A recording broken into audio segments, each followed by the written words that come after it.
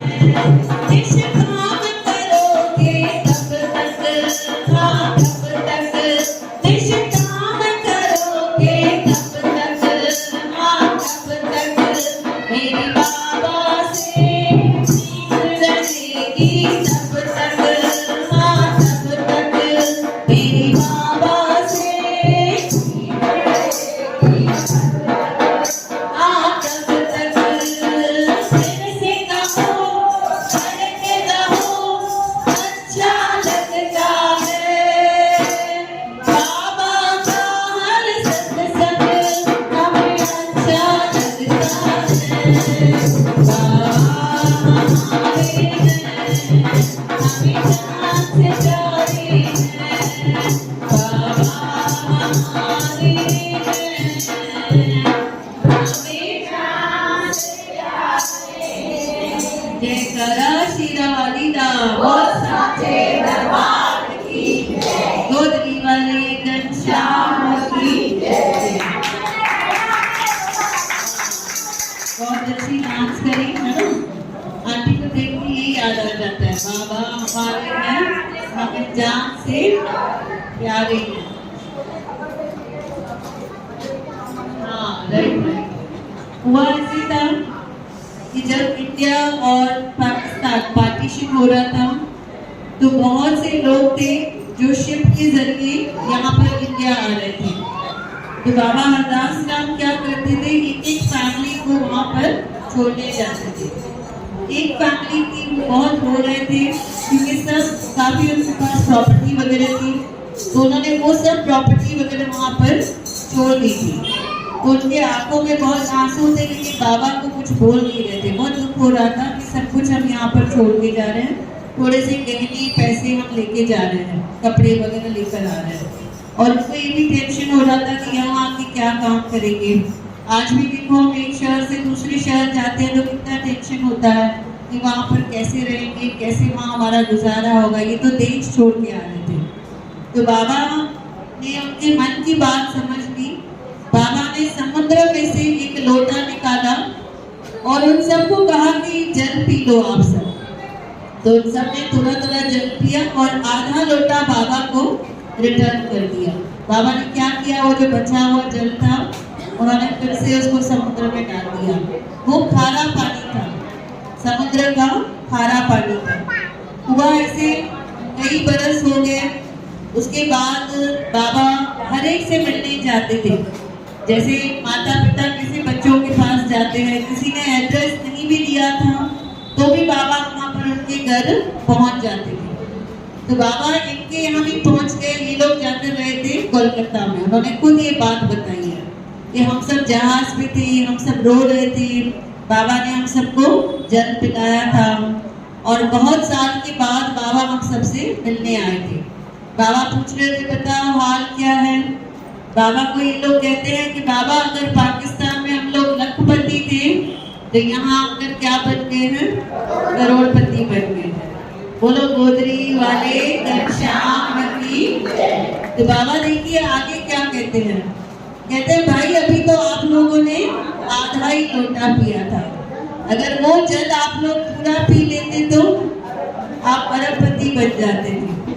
तो ऐसे नहीं है कि बाबा सिर्फ वहां पर थे, बाबा यहाँ पर भी हैं।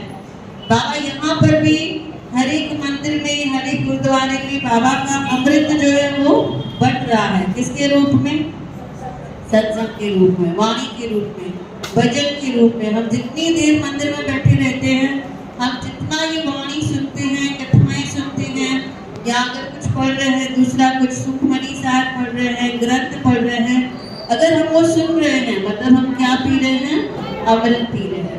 और अगर हम अंदर लेट जा रहे हैं तो हम लोग आधा अमृत पी रहे हैं। इसीलिए हमने भजन में क्या कहा, मुझको मेरे बाबा ने प्रेम का प्याला पिला दिया। और वाकई कलयुग में जितने भी हमने खराब कर्म पिछले जन्म में किए हुए हैं, अगर उनसे हमें छुटकारा चाहिए तो सिर्फ हमें भक्ति और सेवा से छुटकारा मिल सकता है। ये गुरु की रहमत होती है कि गुरु हमें पकड़ पकड़ के यहाँ पर लाते हैं। लेकिन इंसान इतना जिद्दी होता है यहाँ तक पहुँचने के बाद भी सिर्फ शरीर यहाँ पर पहुँचता है, मन यहाँ पर नहीं होता है। वही नसीब वाला है, वही भाग्यशाली है जो पूरा अमृत पी सकता है, जो पूरे ध्यान से कथाएं सुनता है, भजन गाता है और पूरा लोटा अमृत का पी लेता है। तो कुछ लोग हैं जो भाग्यशाली हैं, आके सेवा भी करते हैं, आके भजन भी सुनते हैं और पूरा अमृत पी लेते हैं। लेकिन कुछ कुछ लोग ऐसे होते हैं कि आकर भी उनको फायदा नहीं होता है। वैसे एक बाबा का शिष्य था, उसका नाम था जोधा। जोधा को बहुत घमंड था कि मेरे पास बहुत ज्ञान है, मुझे पूरी गीता याद है, मुझे पूरी महाभारत याद है, मुझे सब कुछ याद है और उनसे कोई भी सवाल पूछो उनके पास जवाब हाजिर है।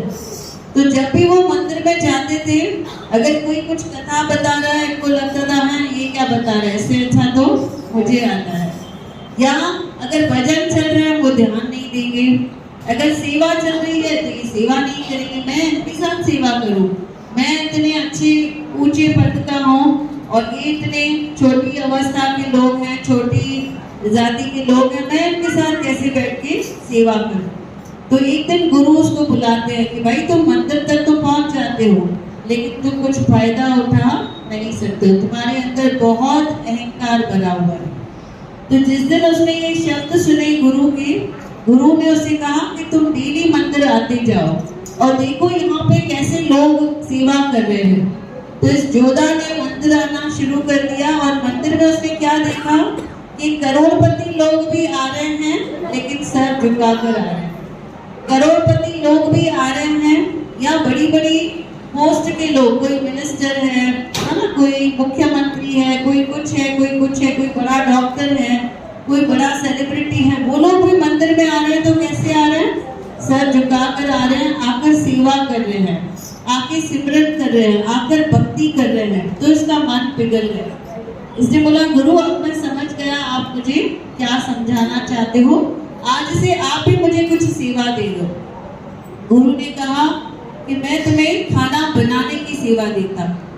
सबसे उत्तम जो सेवा है वो कौन सी है? खाना बनाने। घर पे अगर माँ नहीं हो, खाना नहीं बने तो घर भी अच्छा नहीं लगता है। घर में सबसे इम्पोर्टेंट कौन होता है? माँ होती है और माँ के हाथ का खाना होता है। देखो कितना जोर से बोल रहा है, खाना, माँ के हाथ का खाना। वैसे ही दरबार साहब में भी सबसे ज्यादा इम्पोर्टेंट होता है जो देग बना रहा है, जो खाना बना रहा है। खाने के बगैर कुछ चलेगा? बिल्कुल नहीं चलेगा। तो प्रसाद की सेवा, लंगर की सेवा सबसे बड़ी सेवा मानी गई है। कहते हैं भक्ति भी बाद में करो, पहले लंगर की सेवा करो। खाली पेट भजन भी ना हो। जब तक प्रसाद का बंदोबस्त नहीं होगा पब्लिक दिखाई नहीं देगी, ऐसे होगा। तो पहले प्रसाद का बंदोबस्त करना पड़ता है, फिर पब्लिक दिखाई देगी। तो प्रसाद सबसे ज्यादा इम्पोर्टेंट है, प्रसाद का बनाना सबसे ज्यादा इम्पोर्टेंट है। तो गुरु ने उसको कौन सी सेवा दे दी? आज से तुम लंगर बनाओगे, आज से तुम प्रसाद बनाओगे। हुआ ये कि 6-7 महीने इसने प्रसाद बनाया, प्रसाद बनाया। गुरु बार बार आकर उसको पूछ रहे तेरा अहंकार गया या नहीं गया? बोलता है बिल्कुल नहीं गया है।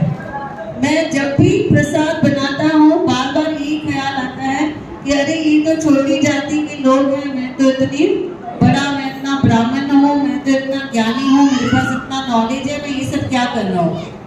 तो गुरु ने कहा देखो खुद ब खुद तुम्हारा मन चेंज हो जाएगा।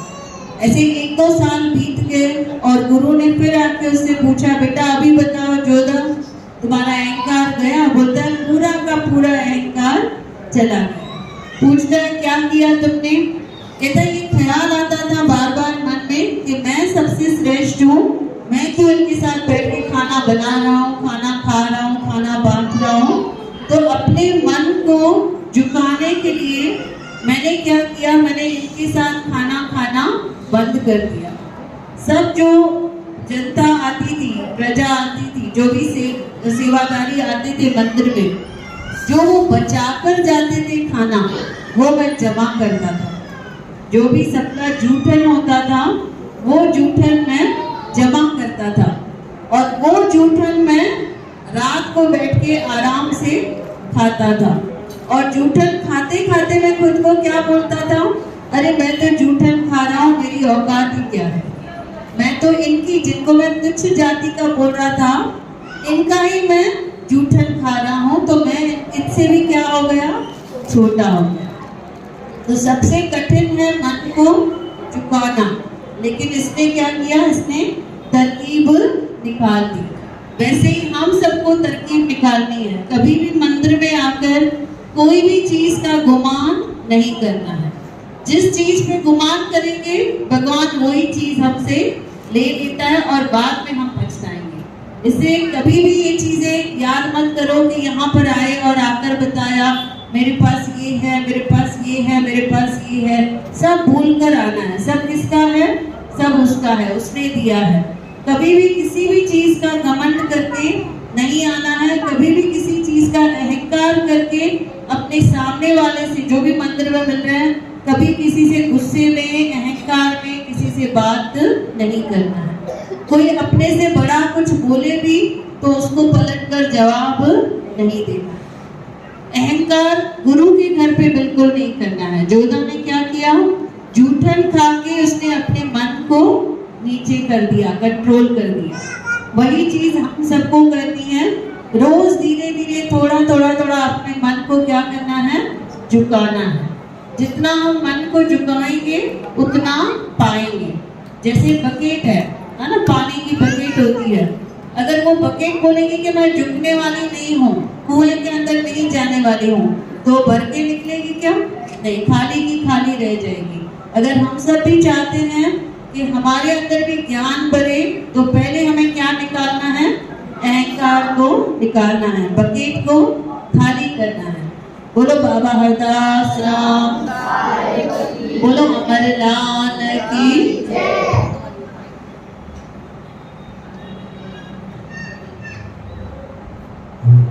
आयो लाल करो झूले, बोल बाबा शतुराम साहेब की जय, बाबा हरदास साहेब की जय, सब संतन महात्मा की जय, धर्म की जय।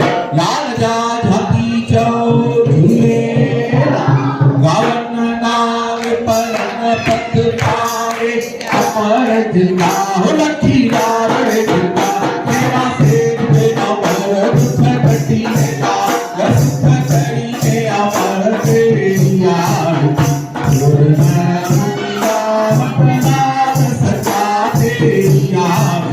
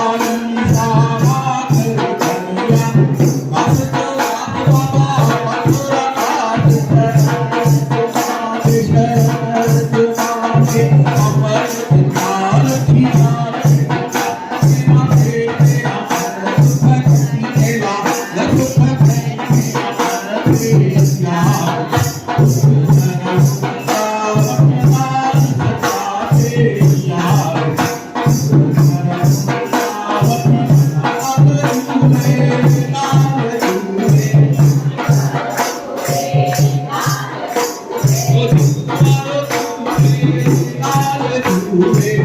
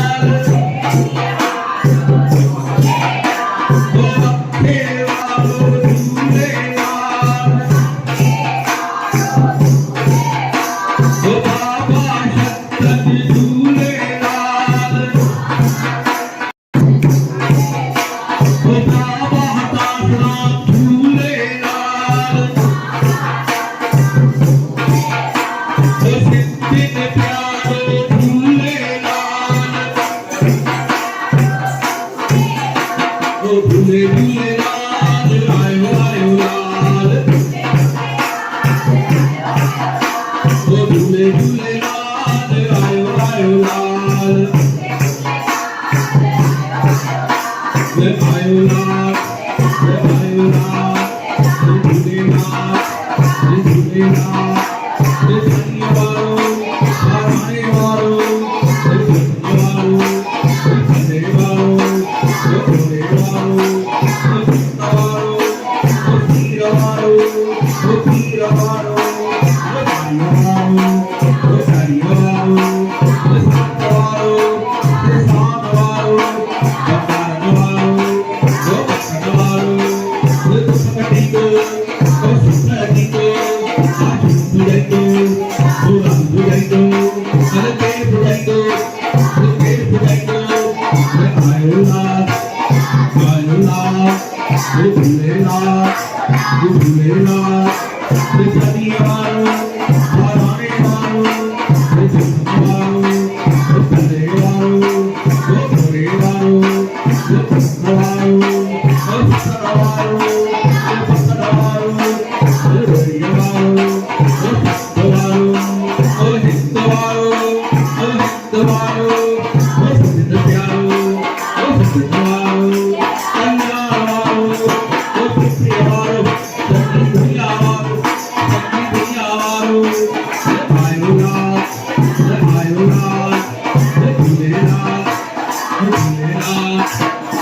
दुल्हन यार दे सजन यार दुल्हन यार दे सजन यार दो दे भवन यार कबारी करता साइयो साइयो साइयो साइयो ये तेरी मैं कुछ भेंटर आई रे ये तेरी मैं कुछ भेंटर आई रे असाधु दे बेरिया में असाधु दे बेरिया में असाधु दे बेरिया में असाधु दे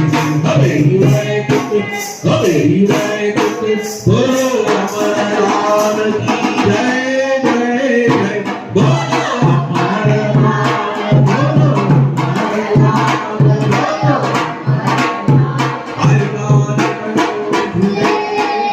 बाबा सतुराम साहिब की राम साहिब की संतराम साहिब की बाबा हरदास राम की जय रामचंद्र की जय शिरडी वाले साईं बाबा की जय अपना देवी की जय काली माता की जय विश्वनाथ महादेव की जय बाबे भृंगबलिया की जय मोर बच्चे वाले दातार की जय जानी वाले साहब की जय कितने वाले दातार की जय पंजोत वाले मेरे मालिक की जय चरिदेव महाराज की जय सबकी संतन महात्मा की जय देव नाम की जय धर्म की जय जाति जय